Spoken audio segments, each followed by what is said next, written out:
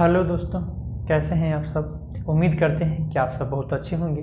दोस्तों, अभी हम बात करने वाले हैं दो महत्वपूर्ण बिंदु पर। पहला महत्वपूर्ण बिंदु है कि क्या वर्तमान में जो झारखंड सरकार नियोजन नीति ला रही है वह 60-40 है या फिर नहीं है।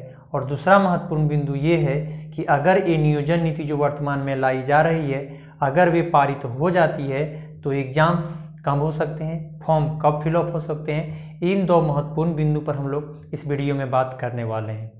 तो दोस्तों, पहला जो महत्वपूर्ण बिंदु ये है कि वर्तमान में जो झारखंड सरकार के द्वारा जो नियोजन नीति लाई गई है वह 60-40 है या नहीं है। तो दोस्तों, हम बता देते हैं कि झारखंड के दो महत्वपूर्ण दिग्गज मंत्री कल के न्यूज़ में जो निकल के सामने आ रही है वो वादा कर रहे हैं कि वर्तमान में जो झारखंड सरकार के द्वारा नियोजन नीति लाई गई है वह 60 और 40 की नहीं है। और ये जो रूमर 60 और 40 का उड़ाया गया है वह केवल विपक्ष के द्वारा ही उड़ाया गया है। वर्तमान में जो ये कहाँ लिखी हुई है, अभी कहाँ स्पष्ट हुआ है कि यह 60-40 है या फिर नहीं है। तो ऐसे में हमें भी इसमें कुछ टिप्पणी करना बहुत जल्दबाजी होगा, क्योंकि ये बहुत ज़्यादा दिन का समय नहीं है। महज 13 तारीख को इसका क्लियर हो जाएगा कि वर्तमान में जो नियोजन नीति झारखंड की सरकार द्वारा जो लाई गई है वह किस प्रकार की है। ऐसे में एक और बातें सामने आ रही है कि कुछ महत्वपूर्ण छात्र नेता भी ये वादा कर रहे हैं कि होली के बाद हम लोग बड़े स्तर पर जो है 60 और 40 का विरोध करेंगे और विधानसभा का घेराव करेंगे, आंदोलन करेंगे। तो ऐसे में अगर देखा जाए तो बहुत ज़्यादा जल्दबाजी नहीं करनी चाहिए और इसका जो है 13 तारीख तक हम लोगों को इंतज़ार कर लेना चाहिए कि 13 तारीख इसका क्लियर हो जाना चाहिए कि क्या वर्तमान में जो झारखंड सरकार के द्वारा नियोजन नीति लाई गई है या 60-40 है या फिर नहीं है। क्योंकि उसी के कोई मंत्री, दो मंत्री, एक मंत्री नहीं, दो मंत्री ये कह रहे हैं कि वर्तमान में जो सरकार के द्वारा नियोजन नीति लाई गई है यह 60 और 40 की नहीं है।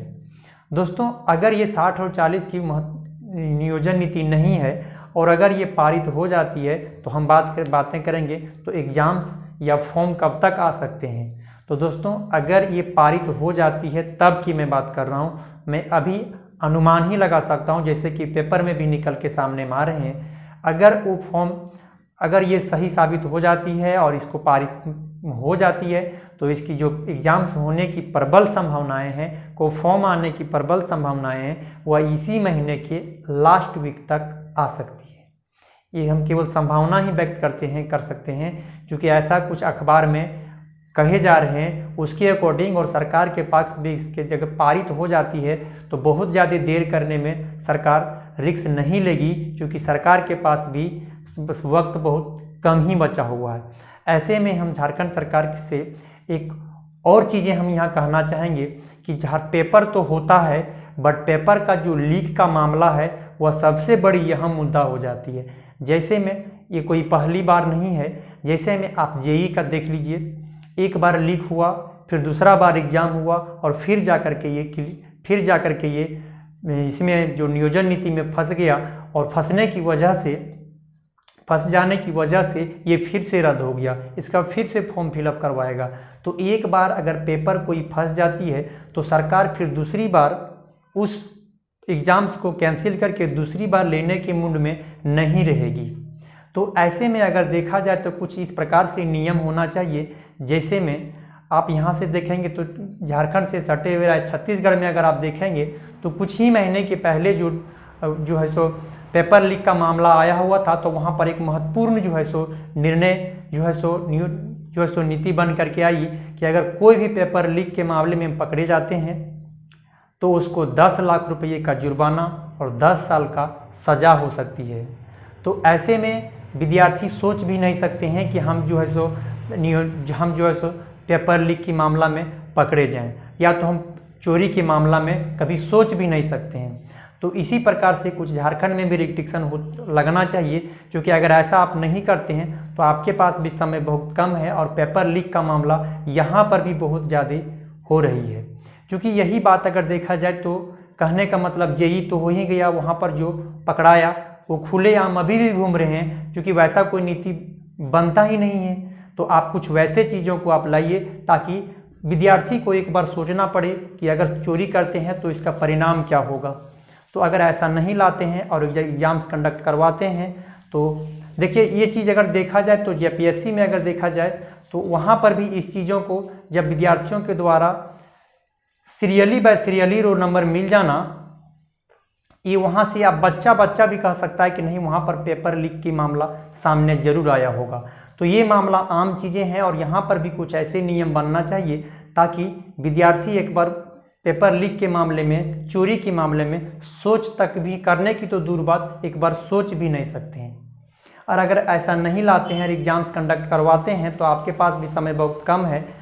समय बहुत कम होने की वजह से आप ना पेपर को फिर से आप उसको कैंसिल करके लेने के मूड में रहेंगे, तो वैसे में वो विद्यार्थी, जेन्युइन विद्यार्थी छट जाएंगे और वैसे विद्यार्थी आगे वो पहुंच जाएंगे जिसके पास पैसा होता है। और जेन्युइन विद्यार्थी जो 4 साल, 5 साल, 6 साल तक बैठ करके तैयारी करते रहते हैं, वह तैयारी ही करते रह जाते हैं और नौकरी किसी दूसरे का हो जाता है। तो यहाँ पर हम इस बात को हम जरूर कहेंगे कि कुछ ऐसा नियम भी उसमें भी लाया जाए, क्योंकि पेपर का में जो भी एग्जाम्स होता है, आप जेपीएससी के देख लिए, भले आप नहीं मानते हैं, लेकिन 50 गो roll number serially by serially मिल जाना वहाँ से स्पष्ट हो जाता है। और उसका जो है सो रिजल्ट भी आप जो है सो प्रकाशन नहीं किए जब तक हाई कोर्ट के द्वारा जब तक नहीं आपको कहा गया। तो ऐसे में जेई का भी देखा जाए तो वहाँ पर भी यही हुआ।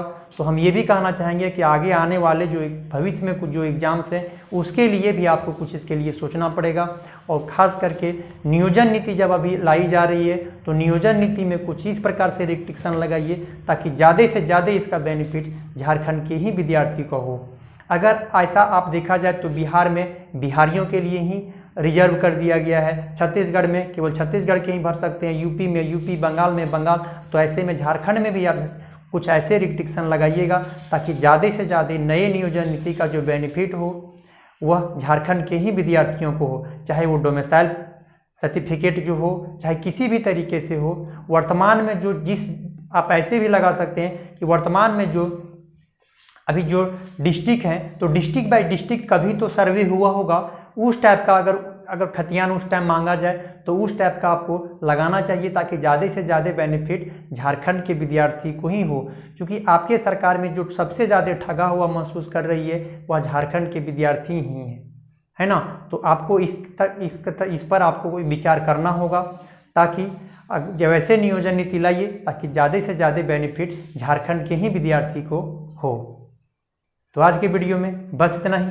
दोस्तों आपको ये वीडियो कैसा लगा है आप कमेंट बॉक्स में ज़रूर बताइएगा, और वीडियो अगर अच्छा लगा हो तो लाइक आप ज़रूर कीजिएगा, सब्सक्राइब कीजिएगा इसी प्रकार की वीडियो पाने के लिए। Okay, thank you.